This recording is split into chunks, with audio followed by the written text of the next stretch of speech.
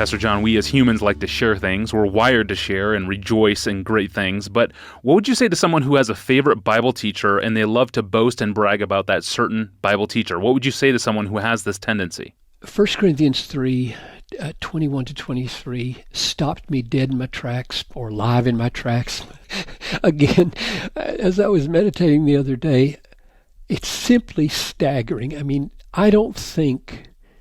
Well, there may be, but I can't think of another passage of the Bible concerning the standing or the position or the wealth or the privilege of the children of God in the universe than this one. But before I read it, let me set the stage that I was reading it in.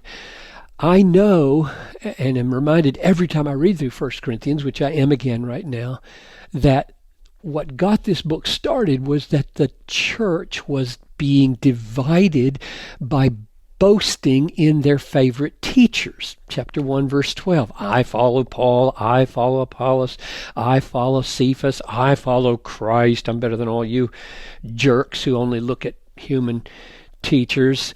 And Paul spends the first 4 chapters at least working against this boasting, this pride that he sees in these factions that are breaking out. And he gives numerous arguments. For example, chapter 3, verse 6, I planted, Apollos watered, but God gave the growth. So neither he who plants nor he who waters is anything, but only God who gives the growth. So why are you picking up on Apollos and Paul and exalting us and yourselves in us when God is the one who's giving the growth? And if we have any fruitfulness or effectiveness that's different from the other, then it's owing to God and not to us. So that's the kind of argument he's giving here in these chapters. And then the most amazing argument of all, the one that stopped me in my tracks, was chapter 3:21, where he says, let no one boast in men, for all things are yours. I mean, just ponder that argument. And then he fills it out. Whether Paul or Apollos or Cephas, so you know he's relating to that issue again, or the world or life or death or the present or the future, all are yours. And you are Christ's, and Christ is God's.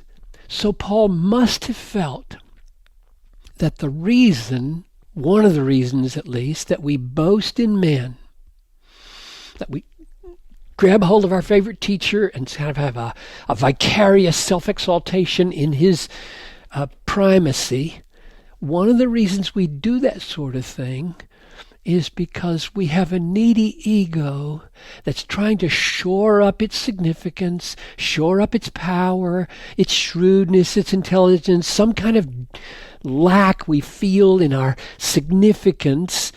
And Paul is saying, look, consider for a moment who you are.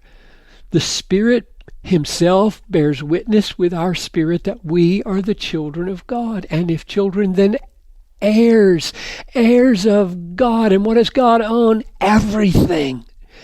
And so why would you boast in men when all things are yours? So it's a paradoxical kind of argument, because you might think, if a person starts to think that they're the child of God and that they are they're coming into the possession of the whole world as their rightful inheritance, that they would be proud and therefore boast. And he says, no, it doesn't have that effect.